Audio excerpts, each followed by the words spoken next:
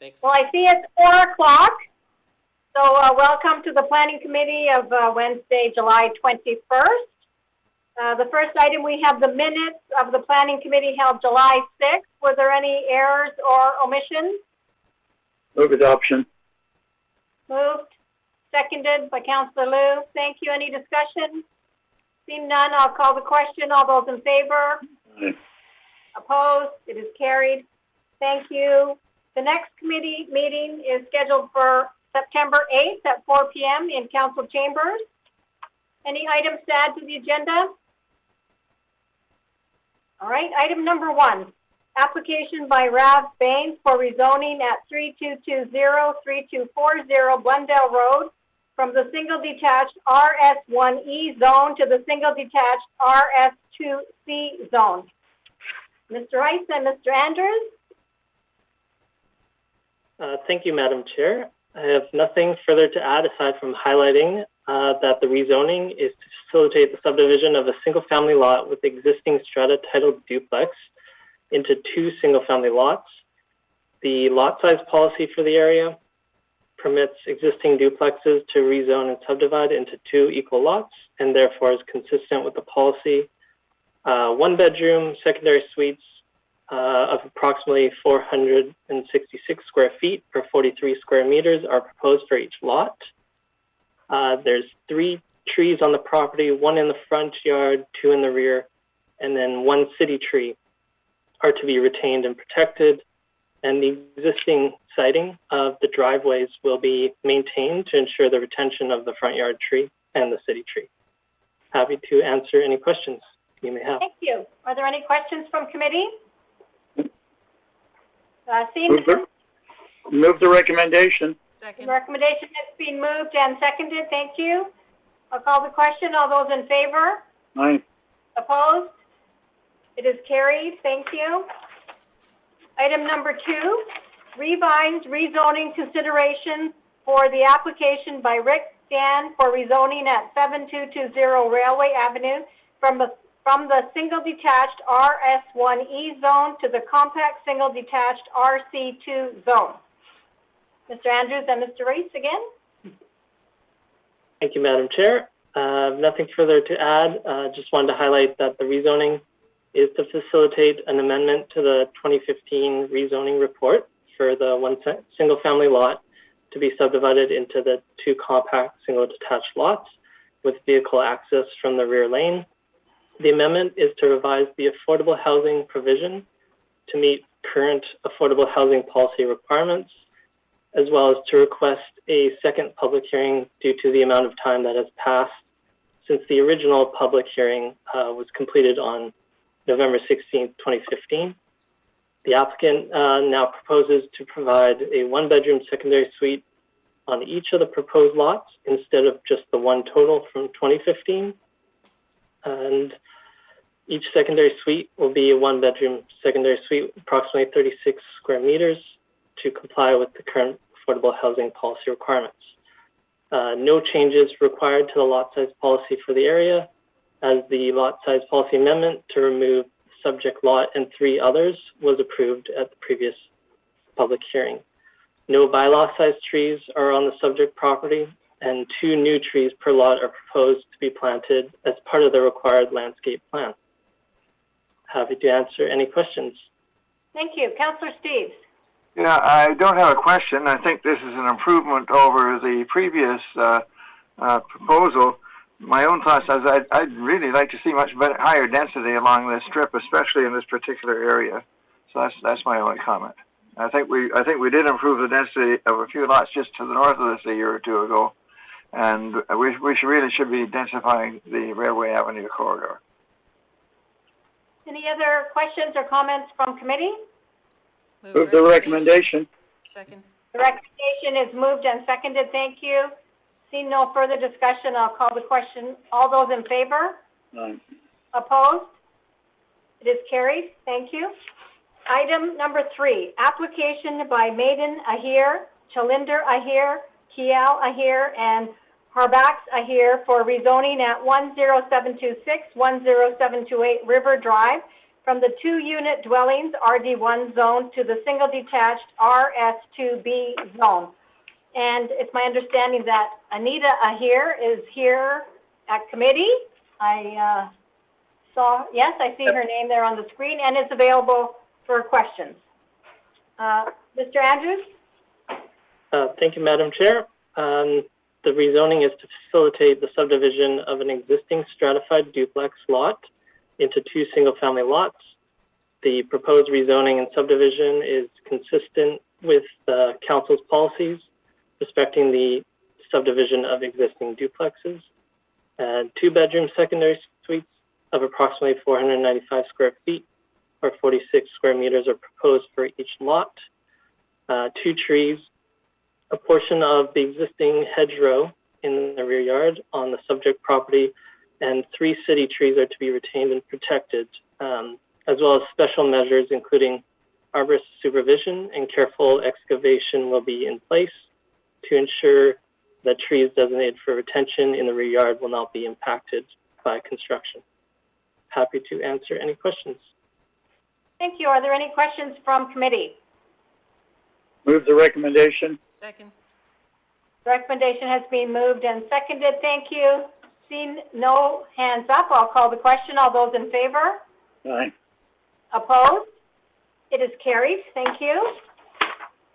Item number 4, Metro Vancouver's draft updated regional growth strategy, Metro 2050.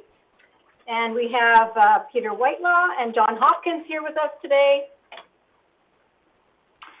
Thank you, Madam Chair. We have nothing further to add to the report, but we're happy to take any questions.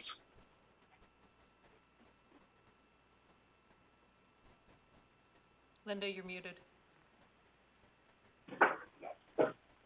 Do you know when the presentation from Metro staff will be? To the chair, my understanding is it will be a September GP meeting. I'm just not sure which one at the moment, but that's when we expect them to delegate. All right, thank you. Councillor McNulty. Yeah, have staff read this over and how does it fit into our potential growth strategy? And how does this fit in to our potential updating the OCP and the city center policies? Yeah, through the chair to Councillor McNulty, the overall regional growth strategy plan or updated plan does fit well within our OCP. There is no significant changes that would require us to have to make some bold changes to our OCP, but it is also a good time for us to review our OCP policies. It's been almost 10 years since the last OCP was adopted, although there has been several updates over the last 10 years. But so we feel that the timing is right once the regional growth strategy is adopted that we can update our policies to align. Yeah, and in particular, I would suggest we look at our densities. Metro Vancouver, and Harold can speak to this probably, Metro Vancouver is expecting anywhere between 1 to 2 million people over the next 50 years. And every community is facing the same thing, especially when it comes to housing. And we'll never catch up, no matter what we do. And all the other 22 municipalities and cities, there's just no way we could do it if we built 1,000 a year. And so anyhow, this gives us all a chance to look at it. So I'll be looking forward to see how it dovetails in and I'm glad you brought it forward at this time because it gives us time to read and more importantly, reflect.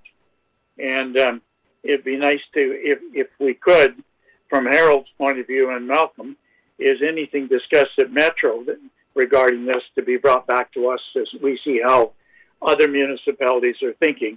I know how other members around the Housing Committee think, but Linda and Lex are also in committees, how other members in other communities are thinking. I think because we're all in this together. So it's not going to be one community running off it. So anyhow, thank you. Thank you. Councillor Steves. Yeah, right on the topic was what Bill's talking about. I've expressed this concern at Metro as well, and I mentioned it at council the other day. I think that we're underestimating the population growth that we can expect with a warming climate. And I mean, people just didn't believe us until this past month when we've seen these forest fires just devastating BC. So finally, the message is getting across. We've had this report that 65 million people would like to leave China and to come here, but my guess is there's 65 million in the rest of the world who would like to leave wherever they are to get here. It's not one country, not one race. It's simply where people want to leave, either bad government conditions, such as some of the parts of the Mideast, like Afghanistan, and others where affected by the change in climate, and it's just too damn hot where they live. So we're going to have a tremendous increase of people trying to get here, and it's going to be too expensive for them to live the way things are. So I think we really have to take a second look at what our population might be and how we're going to accommodate them. The second comment I have, and I'm like a broken record on this one as well, on page Planning 217 or 108 of the report, it has the major transit growth corridors, and I got a chuckle on this one. When we first talked about this, we had a major growth corridor on 7th Avenue, and then it was number 1 road. Now it's number 3 road, and it says something like this: these corridors are preliminary and subject to review. I suggested to them actually a Shell Road corridor where the rail line already sits, but as a second choice would be number 3 road, and of course had suggested Railway Avenue. But it seems to where the transit corridors in Richmond keeps changing at every meeting we have. So if staff can find any of these maps that are a little bigger than this one to see what either Metro is thinking or what Transit is thinking, TransLink is thinking, it would be great, because I've seen the transit corridor, and now this is the 3rd or 4th different location every time this report comes forward. So it's quite interesting to see our transit move, but what they're expecting is that this new population growth we're going to get is supposed to be along these transit corridors, and so that plays a major role where our growth goes as to wherever these corridors go. That's my comment. I don't know if staff have seen these other reports that I've seen, but they came across our tables several times at Planning Committee in Metro. Thank you. Councillor Hobbs. Thank you, and through the chair. My comment is on page 152. It's just really a disappointment. I mean, you can comment if you want, but when they talk about strategy 2.1 land patterns and 2.1.7, the surplus port lands and alternate uses for non-port, land that isn't used right now, they don't mention anything about agriculture in that section. I realize 2.3 is all about agriculture, but the issue in Richmond with farmland is the port acting like the Pac-Man of farmland, just gobbling it up.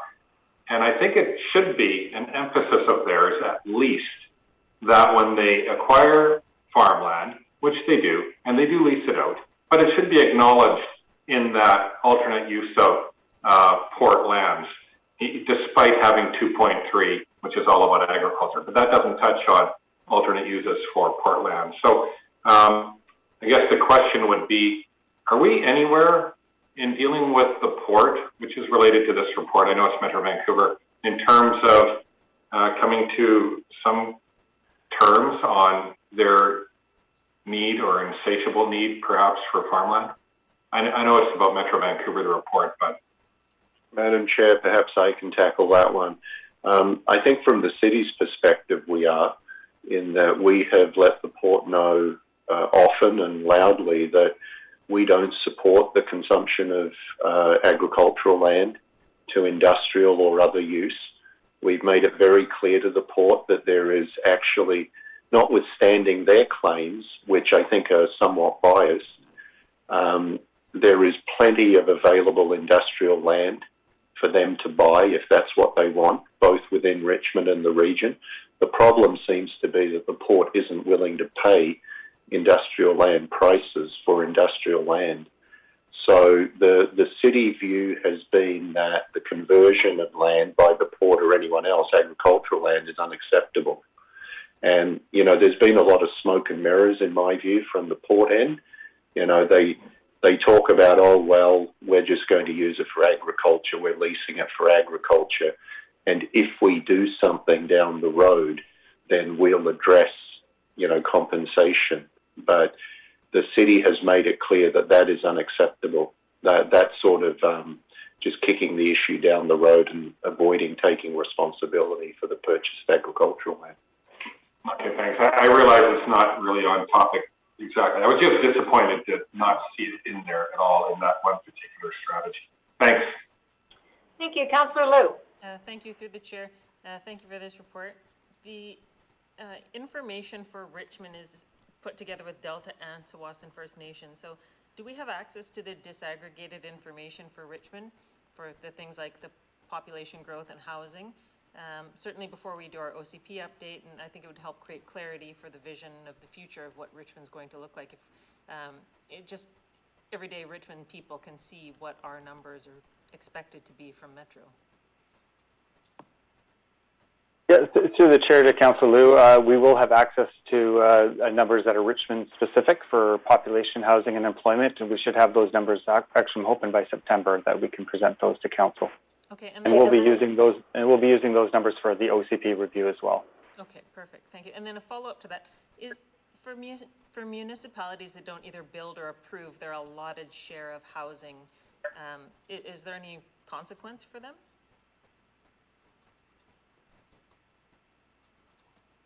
Through the chair. Oh, go ahead, Joe. Well, if the question is there a hard penalty? No. But certainly there would be discussions had around that issue. And, you know, more recently, there has been more rigor put into the regional plan in that the processes have been changed so that municipalities can't unilaterally thumb their nose at some aspects of the plan and just do their own thing. So whether that's exceeding, you know, what they should be planning or the targets they should be hitting, or whether they're underperforming. So there are more teeth in the regional plan, but it's certainly not a statutory document the way that you would find in some jurisdictions that has to be abided by in a very clear, firm way. It's a much fuzzier document than that. Thank you. I believe Richmond was one of the only, I think one of two municipalities to meet the affordable housing targets. So. Madam Chair, yes, we actually have, and even the supply of housing, all housing, market housing in Richmond, your supply has actually exceeded your population growth by 50% over the last decade. So, you know, if you subscribe to the theory that, you know, increased supply assists affordability, then you're doing your job. But I think that's a debatable theory. Other municipalities are perhaps not, generating, producing as new housing stock as quickly as Richmond, both market and affordable. Thanks for that. Councillor Wolf. Thank you. Through the chair to staff, the one question I had going through the strategies is, it's hard to read the number, it's in the dark section of the picture, but it's page 166. It's referring to goal number 3, protect the environment, respond to climate change and natural hazards. On page 166 at the top, it refers to member jurisdictions, and the part C is policies that they include. My question is, does Richmond have these such policies listed here?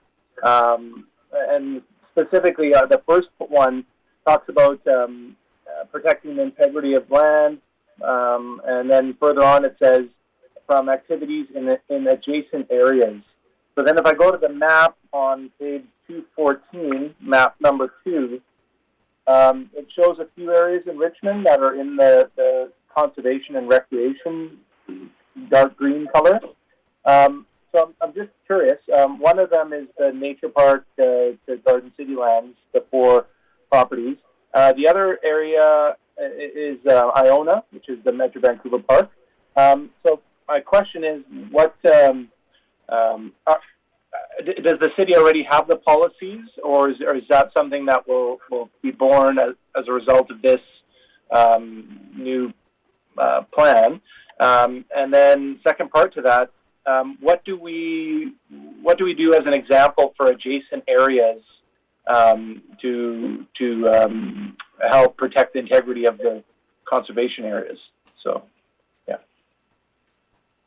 Through the chair to Councillor Wolf, one of the elements that we'll have to complete once the regional plan is adopted is a regional context statement, which focuses on how our policies align with the regional policies. So this is a good example of where we would have to really take a hard look at how our conservation and environmental policies align with what Metro has prepared. I mean, having said that, we do have very strong environmental policies and that do already align with the regional plan. And we will just have to look to see what has changed and what we might need to bring in alignment. And I see Mr. Erceg has his mic open. Madam Chair, if I may, I think what is worth keeping in mind that this is a regional plan, so not all of the valuable environmental areas that we've identified at a local level will be reflected in this plan. So there's a whole layer of municipal detail on this issue that already exists in our plans, our various plans. So there's already a huge body of work and research and policy that exists around this.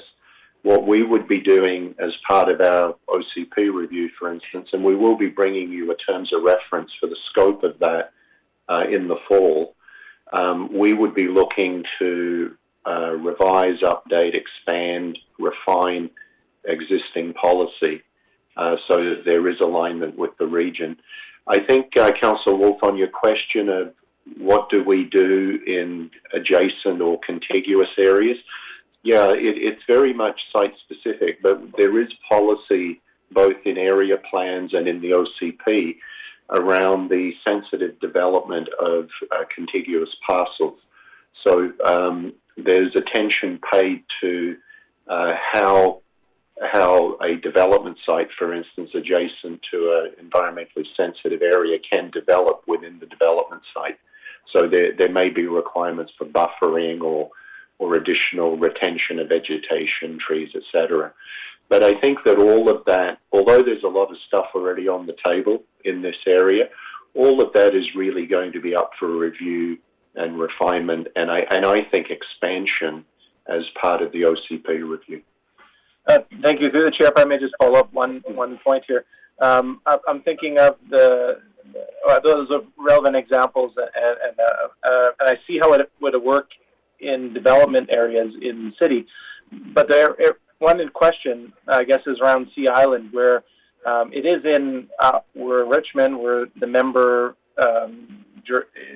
our jurisdiction, but we don't have as much control. So, for example, if there's a conservation area on Sea Island and the Metro Vancouver plan looks to Richmond to do something, but YVR wants to develop that habitat and kill off all the birds in that area because it conflicts with their industry, does it fall on us, or does YVR become one of the member jurisdictions that responds to this plan?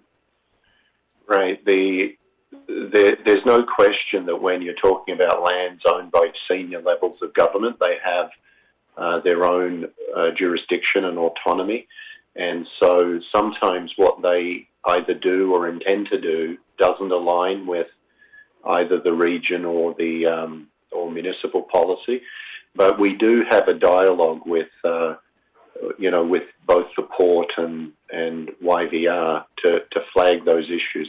It just doesn't mean that we can always prevail, and it doesn't mean that the region always prevails, because those, the port and the airport are independent entities, but we do our best, and we do try to cooperate, and I think that we achieve a fair bit that way.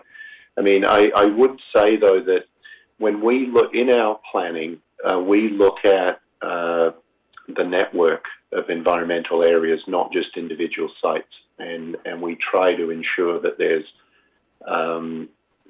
connection between different components within that network. So it's a fairly comprehensive approach. Sometimes elements of that network are actually in federal jurisdiction, and while we do our best and we negotiate, we can't always dictate. Great, appreciate that. Thank you very much. Thanks, Chair.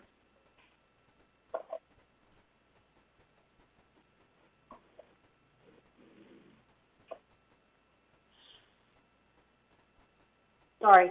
I don't see any other hands up, and there is a recommendation to receive the report for information. So moved. Moved and seconded. All those in favor? Opposed? It is carried. Thank you, and more to come. Hopefully a presentation in September, and then the ongoing work, we'll hear more about that.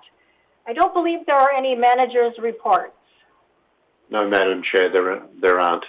Move adjournment. All right, so move adjournment. All those in favor? Opposed? It is carried. We are adjourned. Thanks very much, everyone. Have a Thank good you.